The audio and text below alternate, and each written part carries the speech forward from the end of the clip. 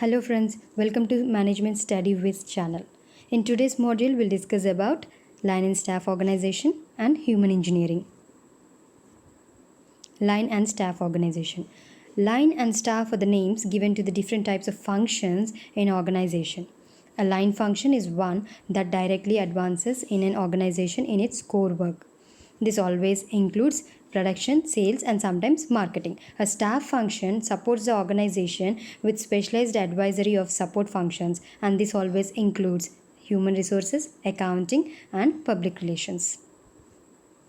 Features of line and staff. Under this system, there are line officers who have authority and command over the subordinates. The staff officers are the specialists who offer expert advice to the officers to perform their task efficiently.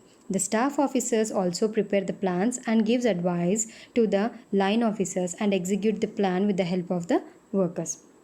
The line and staff organization is based on the principle of standardization. So friends, on the basis of these 6 characteristics, we can differentiate both line and staff functions. Those are provision of specialist, authorities, unity of command, decision making, suitability, burden of work. Provision of specialist. In line organization, there is no provision of functional specialist to provide guidance and suggestion. But in staff organization, there is a provision of functional specialist. Authorities. In line organization, there is centralized authority at the top level management, and it has full authority of control over the structure of the organization.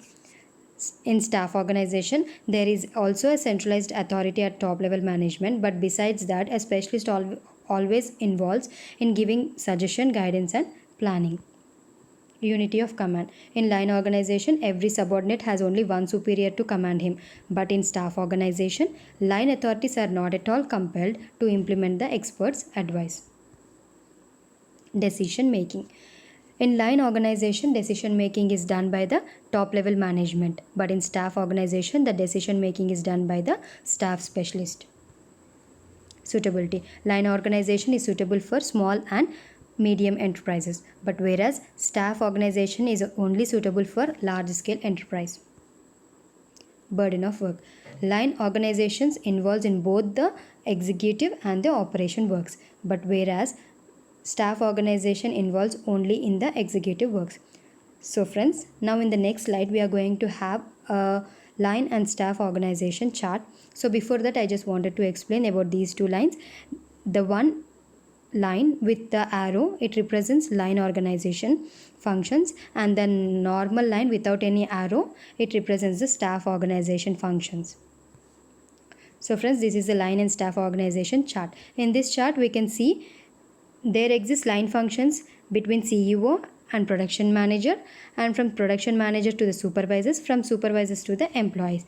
But there exist staff functions between economist and legal advisors, and economist and marketing manager, economist and production manager. Also from legal advisors to finance manager, legal advisors to the production manager. So like this line and staff organization chart looks like. Advantages. As the number of specialists is reduced, the organization becomes economical. Line authorities are not concerned with planning work. They can therefore concentrate their works on achieving greater efficiency in their day-to-day work. The effective coordination of functional heads and supervisors is achieved. Specialists are meant only to think about the ways and means to bring down the cost of production and increase profit by doing research in the specialized lines. Sharing of responsibility is not possible at any level, and also it avoids the confusion that prevails in the functional organization. Disadvantages. The prestige of the line execution suffers as it work is planned and decisions are taken by somebody else. So this hampers the authority and the feeling of the self-respect.